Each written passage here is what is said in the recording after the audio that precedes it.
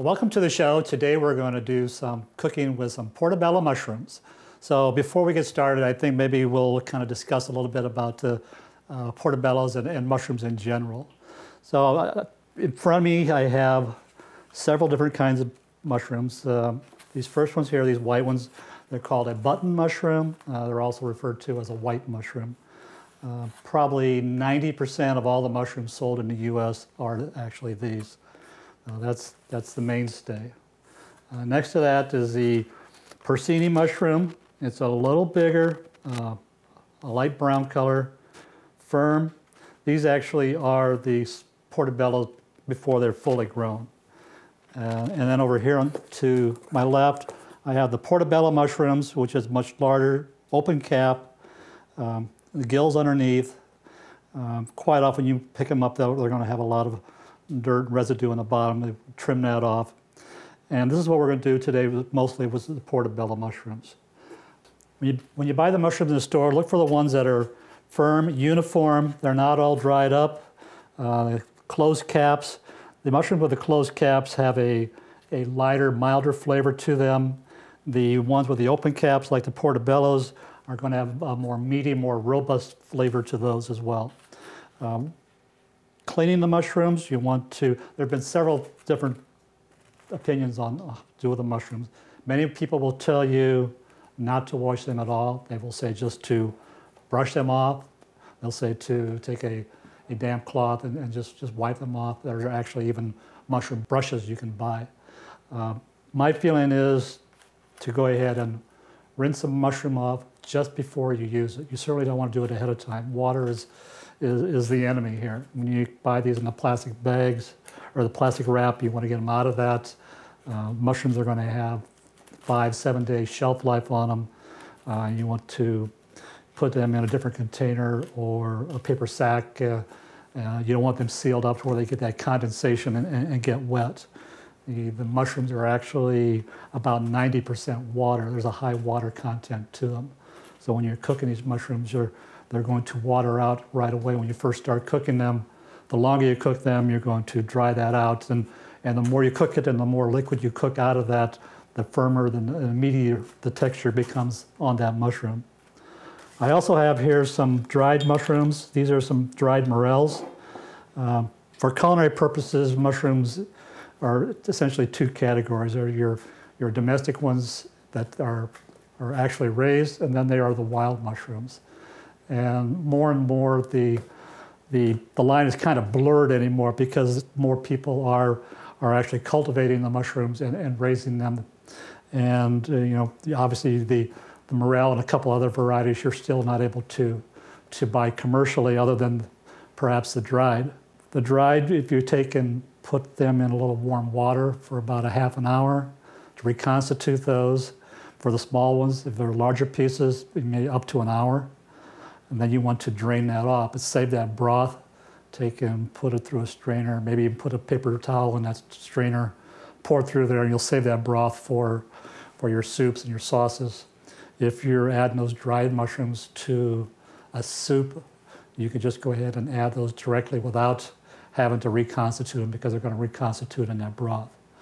In some recipes you might see a mushroom powder listed, and for mushroom powder you're just taking the dried mushrooms and you're putting it in a blender or a food processor and pureeing that to a powder, and then mixing that in with whatever that recipe calls for, maybe whether it's in some baked goods or a sauce that you don't want the texture but you still want that flavor. So there's multiple purposes for the dried. The dried are going to be more robust in flavor because their flavor is more concentrated. And you can find those, pretty much readily available at most of your grocery stores. So the portobello, again, versus the porcini mushroom, this just has a longer growing life on this one here. And if you see in the store also our recipe that calls for a baby bello, that would be these as well. You go ahead and use those. I'm going to go ahead and rinse these off just real lightly. Damp dry them, let them dry.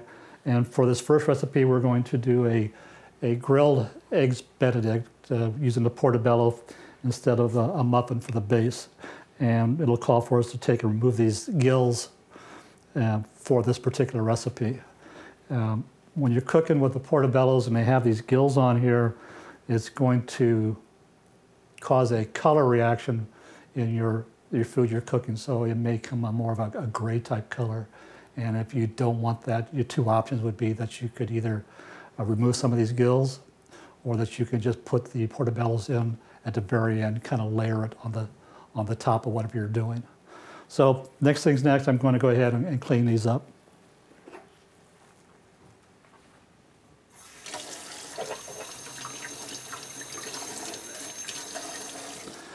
All right, now I have the mushrooms that have been rinsed off real lightly, and I'm going to take and remove this gill.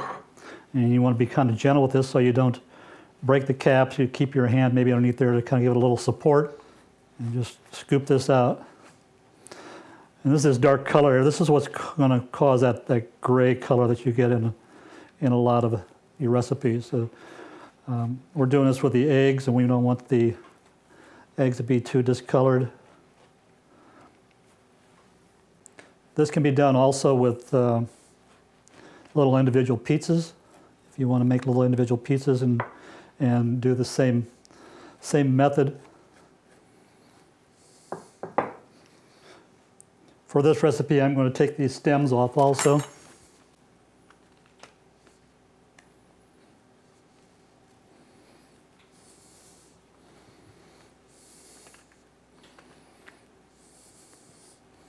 Now I want to brush these with a little oil, a little olive oil, a little salt and pepper, and then we're going to pan fry those.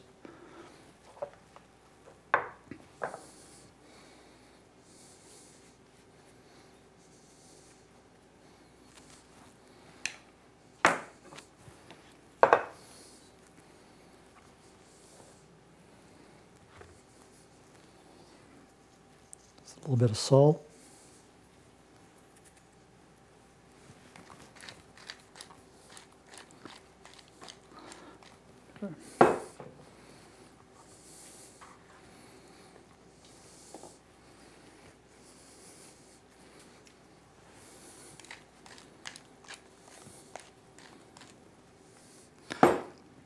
Okay, the next step will be to take and pan fry these about 5-7 minutes on each side. After we pan fry these, we'll take those off and hold those for a few minutes. And I have some Canadian bacon, some large sliced Canadian bacon. We'll warm that up for about 30 seconds or so. And then we're going to take and scramble some egg beaters. All right, I think the mushrooms are about ready to be turned over. Starting to sear on the one side, good and hot. Turn that down a little bit. While those are finishing, I'm going to cook the scrambled eggs, egg beaters.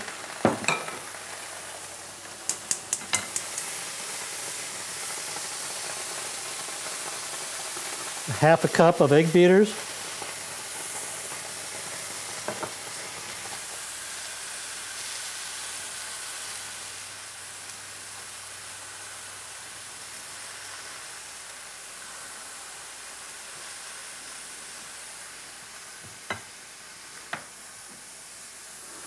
I'm going to take the mushrooms off and turn those over.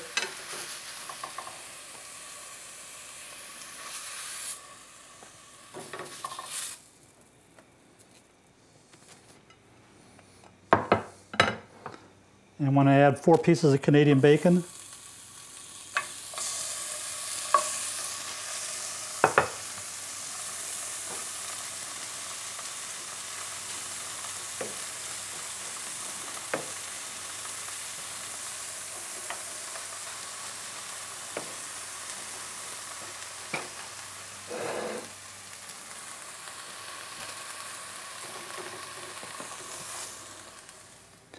Now for each one of the eggs Benedict, I have the grilled mushroom, the Canadian bacon, and we will add a little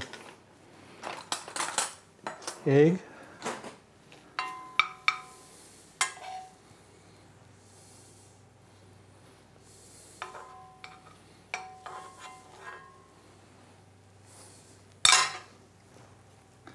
a teaspoon of prepared pesto,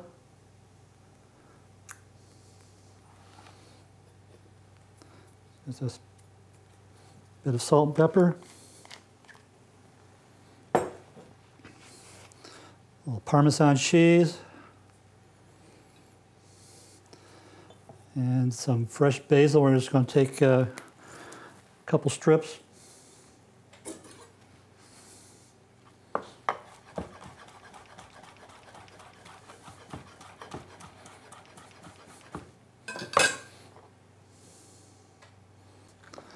And this is a grilled Portabella Canadian bacon eggs Benedict.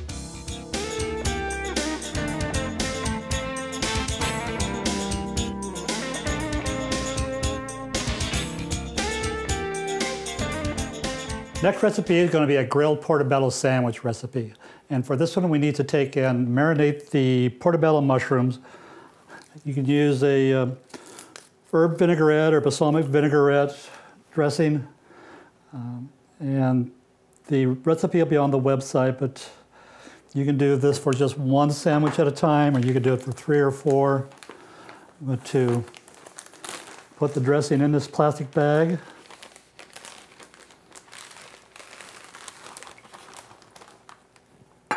And we'll add the mushrooms.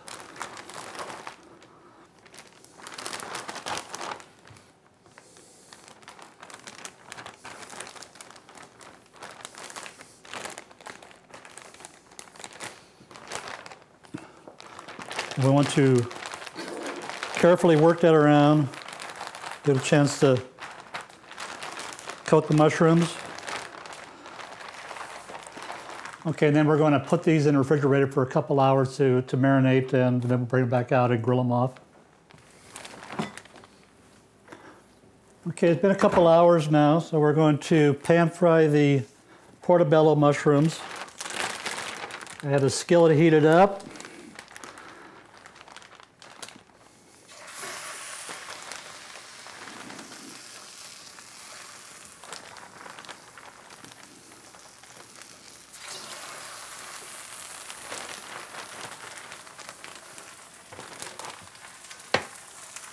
And you can just discard that dressing.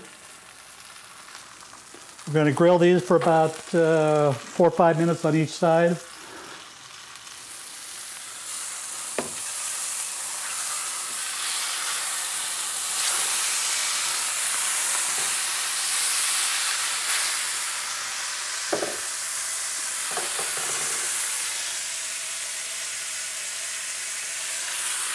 Just a few more minutes on the other side and we'll be ready to go.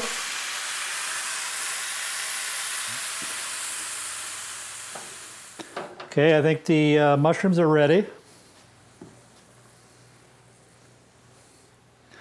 And for the sandwich, we're going to take some fat-free mayo and add a little bit of chopped garlic to it.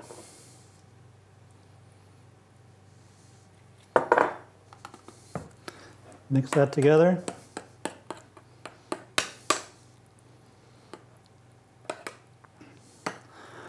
I have some onion rolls.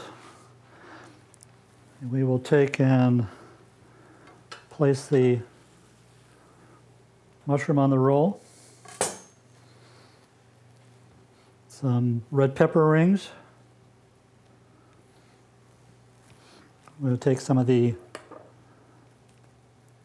dressing on the roll, and a little Monterey Jack cheese, shredded lettuce,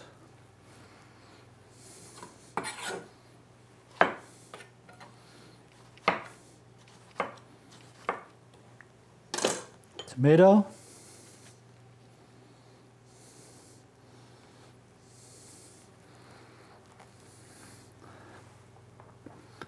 and a grilled portobello sandwich.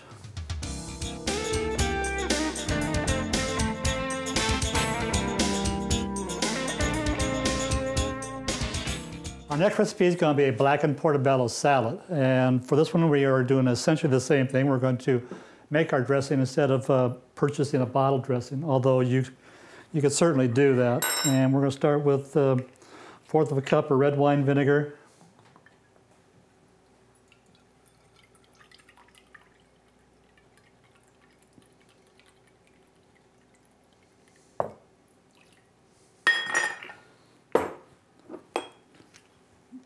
Fourth of a cup of balsamic vinegar.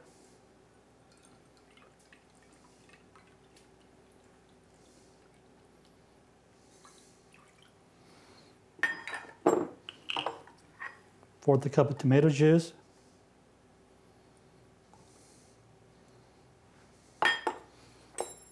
Tablespoon of olive oil.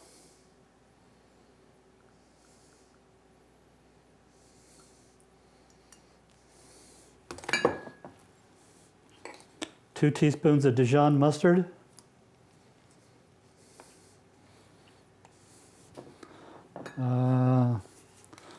Fourth a teaspoon of fresh black pepper.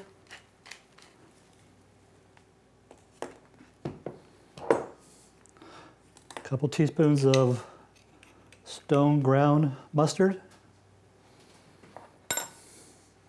And then we're going to mix all that up.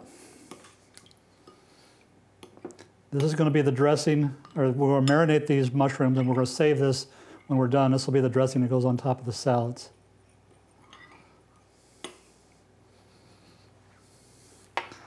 So this will go in the plastic bag.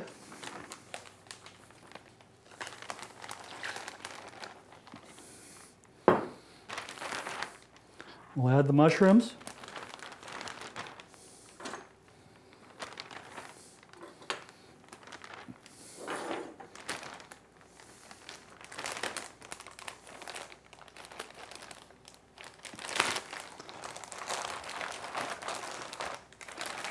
Work this around a little bit, and we're going to put this in the refrigerator for about a half an hour or so.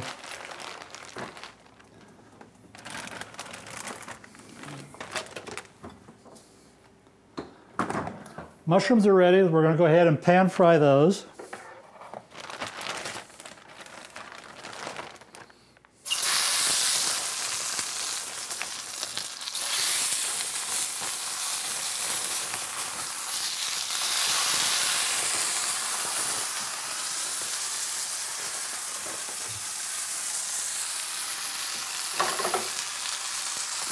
I have some blackened seasoning, some Cajun seasoning.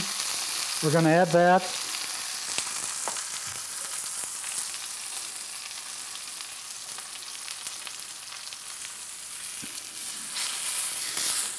Let's go ahead and turn these.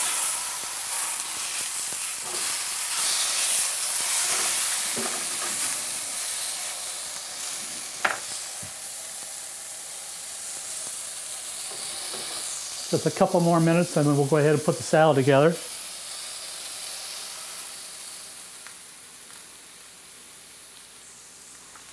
All right, for the salad, we're going to add some nice fresh mixed greens.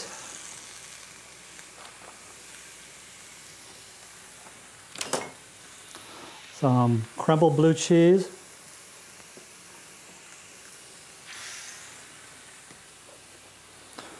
Cannellini beans, rinsed and drained.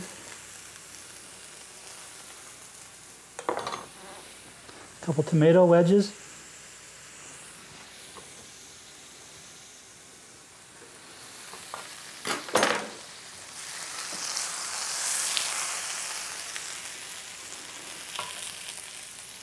Take the mushroom cap.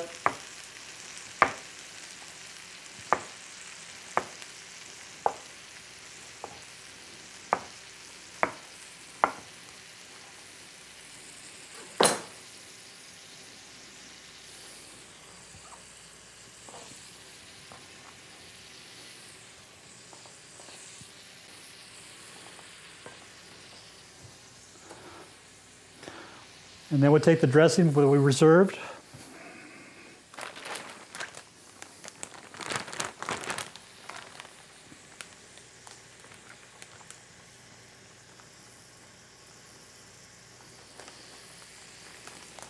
So we have a blackened portobello salad.